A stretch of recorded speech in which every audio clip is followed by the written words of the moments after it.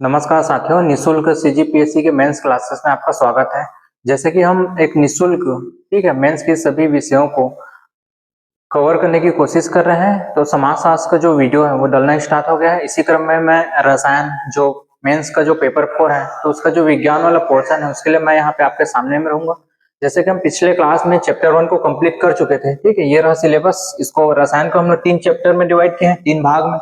पहला चैप्टर हम लोग कंप्लीट कर चुके थे, जिसमें हम लोग रासायनिक अभिक्रिया की दर, रासायनिक साम्य, तीव्र अम्ल अभिक्रियाएं क्या होती हैं, ठीक है। इसके अलावा और अंदर घुस करके शून्य कोटि, प्रथम कोटि, द्वितीय कोटि, अम्ल क्षार, पीएच मान सबको कवर किए थे, ठीक है।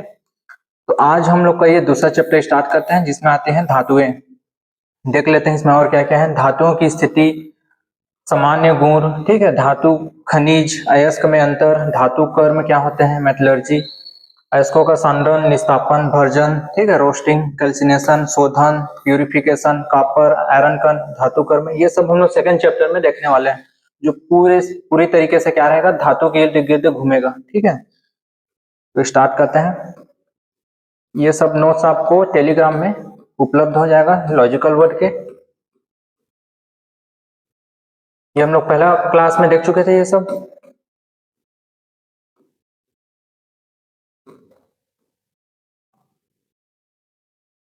ये अम्ल क्षार देखे थे, पीएच पैमाना देखे थे, ठीक है।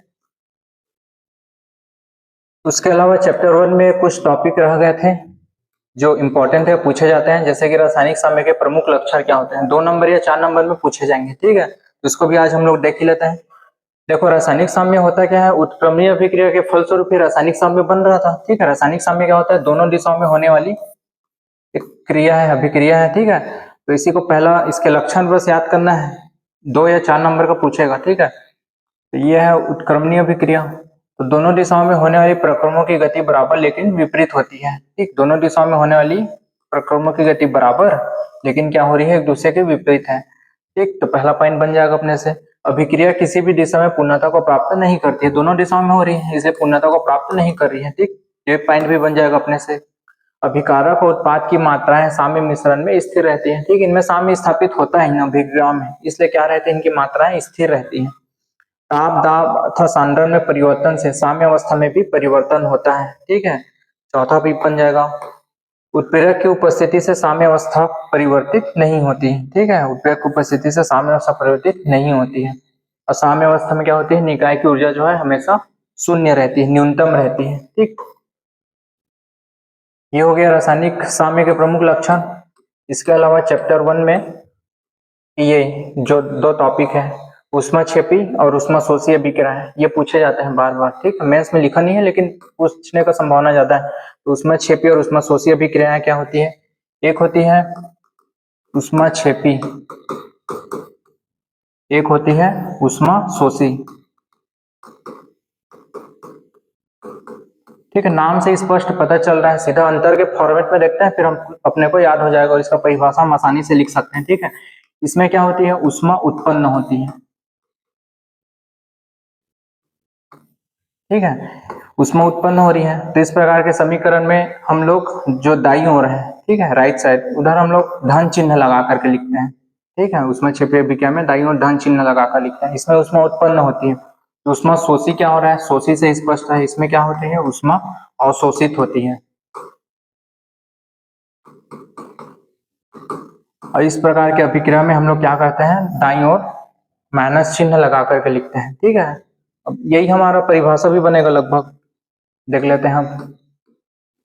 एक होता है ऊष्माक्षेपीय अभिक्रिया है और एक होती है ऊष्माशोषी अभिक्रिया है। तो ऊष्माक्षेपीय अभिक्रिया जब भी पूछेगा 2 नंबर में आएगा, ठीक है। परिभाषा लिखना है, ऐसी रासायनिक अभिक्रियाएं जिसमें अभिकारकों की आंतरिक ऊर्जा, ठीक है, ये उत्पादों की आंतरिक ऊर्जा से कम होती है, बस इसी को ध्यान रखना है, ठीक है। ऊष्माक्षेपीय अभिक्रियाएं ऐसी अभिक्रियाएं जिसमें अभिकारकों की जो आंतरिक ऊर्जा है उत्पादों की आंतरिक ऊर्जा से कम होती है, इन्हें क्या कहते हैं, ऊष्माक्षेपीय अभिक्रियाएं कहते हैं। अब आगे जो हम लोग पॉइंट देखे तो उसी को डाल सकते हैं। इन क्रियाओं में क्या होती है, ऊष्मा उत्पन्न या उत्सर्जित होती है, अभी देखे तो कुछ देर पहले, उसको डाल सकते हैं पॉइंट को, ठीक है। इस प्रकार की अभिक्रियाओं में समीकरण के दाईं तरफ धन चिन्ह लगाकर लिखते हैं, ठीक है। इसको भी बताया था अभी, धन चिन्ह लगाकर लिखते हैं। और उदाहरण है एक, ठीक। तो इस तरीके से जब भी 2 नंबर में आएगा ये 4 पॉइंट हम लोग लिख सकते हैं। पहला है परिभाषा, ठीक। दूसरा, इसमें ऊष्मा उत्पन्न या उत्सर्जित होती है। इस प्रकार के अभिक्रियाओं में समीकरण के दाईं ओर धन चिन्ह लगाकर लिखते हैं। ठीक है, अभी बताऊंगा कैसे लिखते हैं धन चिन्ह। ये उदाहरण में अपन लिख सकते हैं C+O2 = CO2। ठीक है, दाईं ओर धन चिन्ह लगाना है इसमें, तो धन ऊष्मा उत्पन्न हो रही है, उत्सर्जित हो रही है, तो ऊष्मा को उत्पन्न करना है, किलो कैलोरी, 44.3 किलो कैलोरी। अब इसी को दिल करके भी लिखना है, जैसे कार्बन को वायु की उपस्थिति में जलाने पर कार्बन डाइऑक्साइड बनता है और ऊष्मा जो है उत्पन्न या उत्सर्जित हो रही है, ऐसा लिख सकते हैं। ठीक है, तो ये इंपॉर्टेंट है। ठीक है, इसको याद करिएगा, मतलब ध्यान रखिएगा। C+O2 = CO2 और कितनी ऊर्जा उत्पन्न हो रही है, तो 44.3 किलो कैलोरी। ठीक है, आगे देखते हैं। ऊष्माक्षेपी था तो एक ऊष्माशोषी भी होगा।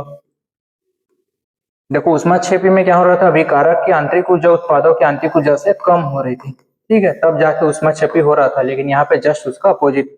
ऐसी रासायनिक अभिक्रियाएं जिसमें अभिकारकों की आंतरिक ऊर्जा, ठीक है, उत्पादों की आंतरिक ऊर्जा से ये अधिक होती है, इसी को ध्यान देना है।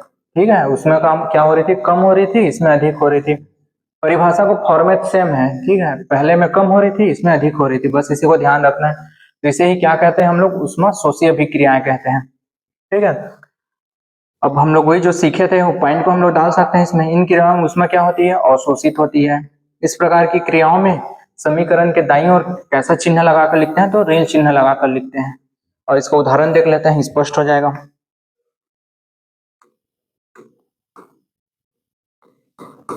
N2+O2 = 2NO।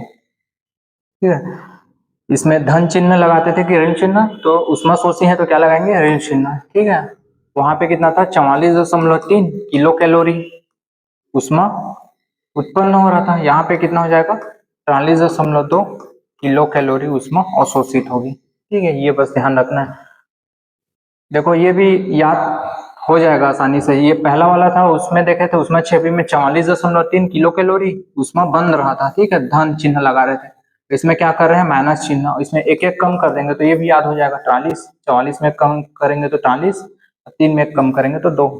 ठीक है, दोनों आसान है, समीकरण को हम आसानी से लिख सकते हैं। तो इस तरीके से पहले क्लास में हम लोग कितना देखे थे। आज हम लोग सेकेंड चैप्टर रसायन का स्टार्ट करते हैं। ठीक है, जिसमें क्या है, हम धातु देखेंगे, मेटल्स।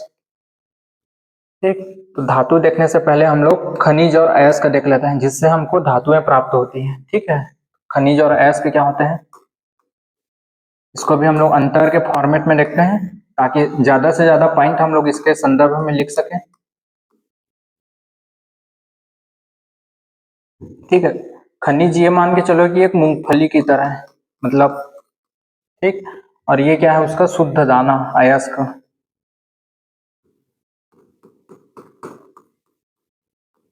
ठीक है, और मेरे को अगर इससे पोहा बनाना है तो मैं मूंगफली वाले से अच्छे से बना सकता हूँ कि दाने वाले से। तो ठीक है, तो जाहिर सी बात है मैं दाने वाले से अच्छे से बना सकता हूँ पोहा को। ठीक, तो उसी प्रकार से खनिज भी है। तो खनिज क्या होता है, इसमें धातु की मात्रा कम होती है। ठीक है, ये जो पॉइंट जो लिखवा रहा हूँ, जो बोल रहा हूँ, वही सबको खनिज के बारे में लिखना है, अयस्क का जब भी आएगा उसके बारे में लिखना है। ठीक है, इसमें क्या होता है, धातु की मात्रा कम होती है। ठीक है, पोहा बनाने के लिए मेरे को अगर निकालना पड़ेगा तो इसमें मूंगफली अपने को कम मिलेगा, जबकि अयस्क वाले में शुद्ध अपने को दाना मिलेगा। ठीक है, उसी प्रकार इसमें क्या होता है, खनिज अशुद्धि की मात्रा अधिक होती है।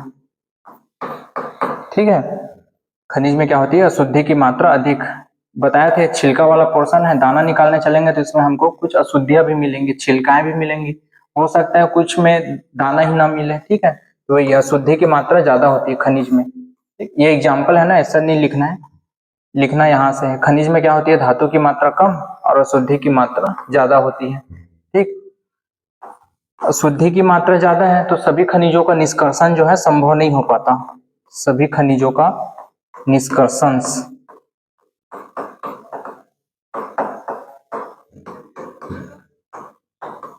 सभी खनिजों का निष्कर्षण जो है संभव नहीं हो पाता।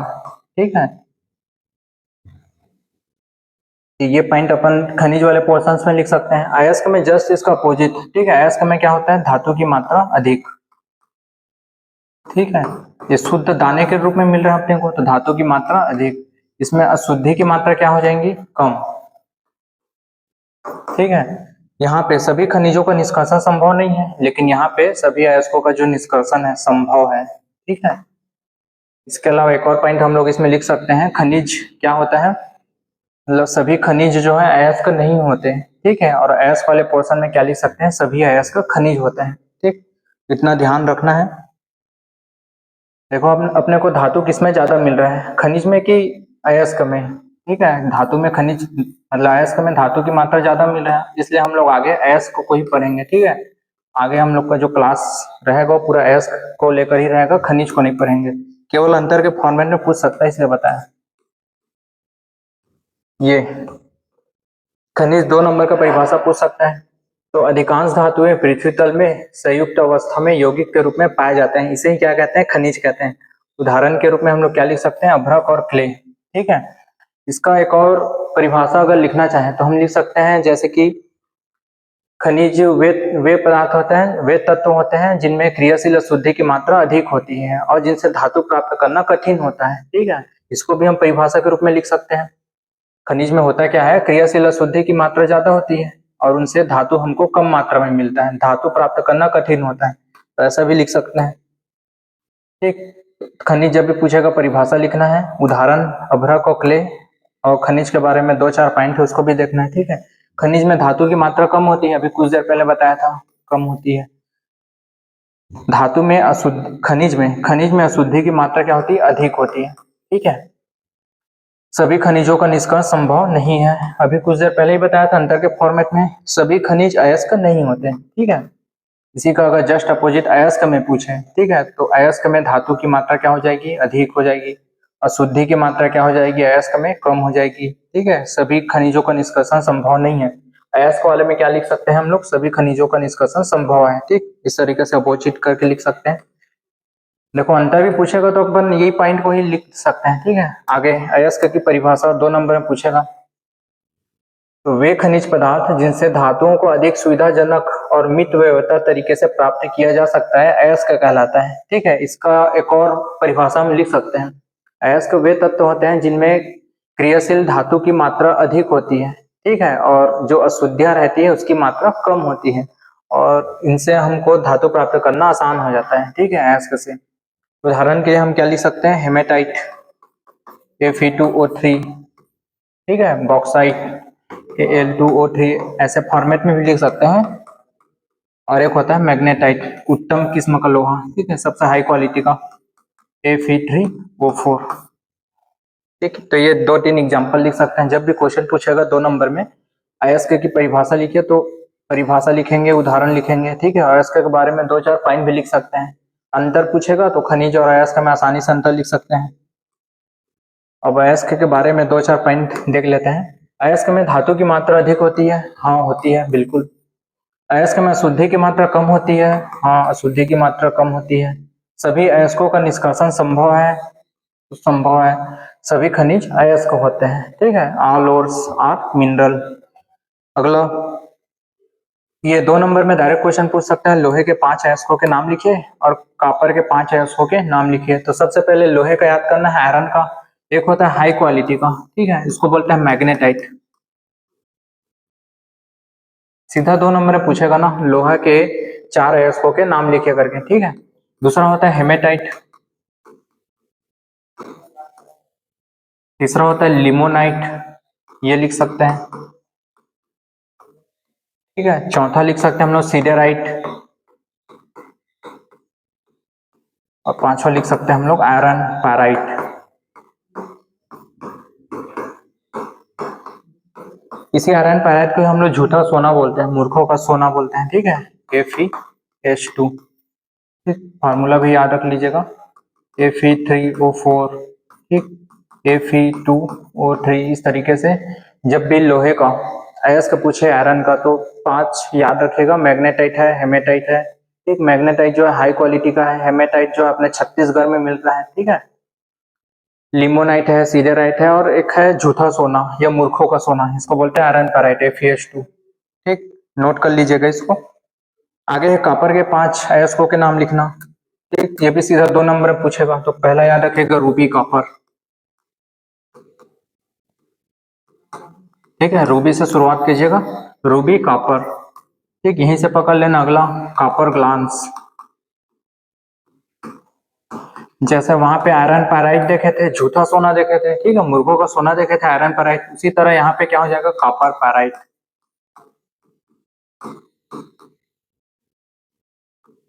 ठीक है, चौथा याद रखना मैलेकाइट,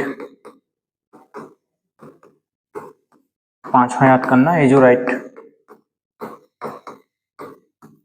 ठीक है, तो कॉपर के 5 अयस्कों के नाम याद रखिएगा, क्योंकि अपने सिलेबस में 2 का धातु कर्म, ठीक है, 2 का मेथोलॉजी डायरेक्ट पूछा हुआ है, आयरन का धातु कर्म और कॉपर का धातु कर्म, तो पूरा संभावना है कि इन दोनों का अयस्कों को 2 नंबर में पूछ सकता है। ठीक है, रूबी कॉपर Cu2O, ठीक है, कॉपर ग्लांस होता है Cu2S, और कॉपर पैराइट CuFeS2, ये उसका फॉर्मूला होता है, ऐसा लिख सकते हैं। आगे देखते हैं हम लोग, आते हैं धातु वाले पोर्शंस पे। धातु क्या होता है, ठीक है, खनिज और अयस्क देख लिए, इन दोनों से हमको क्या मिल रहे थे, धातुएं मिल रही थी। ठीक है, अयस्क से हमको ज्यादा मात्रा में मिल रहा था, इसलिए हम अयस्क से धातु निकाले। और अगला टॉपिक है धातु। तो धातुएं क्या होती है, जैसे कि कोई रिच पर्सन रहते हैं, दान देने वाले रहते हैं, ठीक है, उनके पास क्या रहता है, हमेशा एक्स्ट्रा मनी रहता है। ठीक है, एक्स्ट्रा मनी रहता है, उसी को उन लोग दान करते हैं। उसी प्रकार धातुएं क्या होती हैं, धातुएं के पास भी एक्स्ट्रा इलेक्ट्रॉन्स रहते हैं। धातुएं क्या होती हैं, इनके पास क्या मिलेगा, अपने एक्स्ट्रा इलेक्ट्रॉन, एक्स्ट्रा इलेक्ट्रॉन रहता है। और इस जो अतिरिक्त इलेक्ट्रॉन रहता है, इसको इन लोग क्या करते हैं, डोनेट करते हैं, दान करते हैं।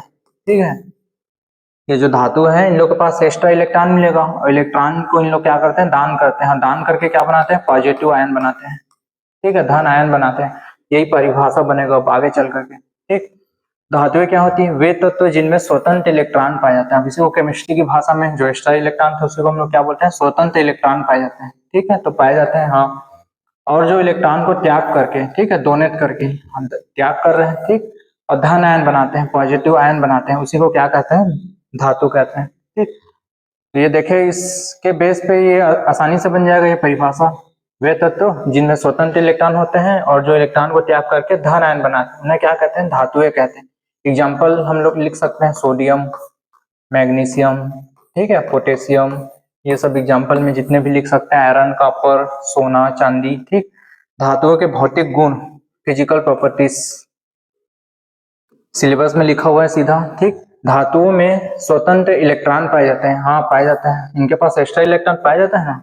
दूसरा, धातुएं इलेक्ट्रॉन को दान करने की क्षमता रखते हैं, डोनेट करते हैं इलेक्ट्रॉन को। धातुएं इलेक्ट्रॉन त्याग करके धन आयन बनाते हैं, पॉजिटिव आयन बनाते हैं, बिल्कुल सही है। आगे, धातुओं में चमक पाई जाती है। ठीक है, जैसे हो गया सोना, चांदी, इन चमक पाई जाती है। धातुओं में तन्यता का गुण पाया जाता है। ठीक है, धातुओं में आघात वर्धनी होती है, मैल्येबल होती है। धातु में आघात वर्धनी, इस तरीके के जो गुण है उसको याद कर लीजिएगा, 2 नंबर में पूछने के चांसेस ज्यादा हैं। ठीक, अधिकांश धातुएं ठोस होती है, ठोस अवस्था में पाई जाती है। ठीक है, ये ध्यान रखिएगा। एक अपवाद है ये Ag, ठीक है, जो द्रव अवस्था में पाई जाती है। देखिए, धातुएं ठोस अवस्था में पा रही है, इसलिए इनका घनत्व क्या होगा, हाई होगा, उच्च घनत्व के होंगे, और घनत्व हाई है तो इनका गलनांक और क्वथनांक क्या हो जाएगा, हाई हो जाएगा। तो 1 पॉइंट से पूरा 3 पॉइंट बन जाएगा। धातुएं क्या होती है, ठोस होती है, इनका घनत्व, डेंसिटी क्या होता है, हाई होता है। हाई होता है, इस वजह से गलनांक और क्वथनांक क्या हो जाते हैं, हाई होते हैं। ठीक, इस तरीके से जब भी धातु के बारे में क्वेश्चन पूछ सकता है 2 नंबर में, धातुएं की परिभाषा लिखें और उनके भौतिक गुणों को समझाइए करके। तो इस तरीके से हम 8 से 9 पॉइंट जो आपको अच्छा लगे लिख सकते हैं।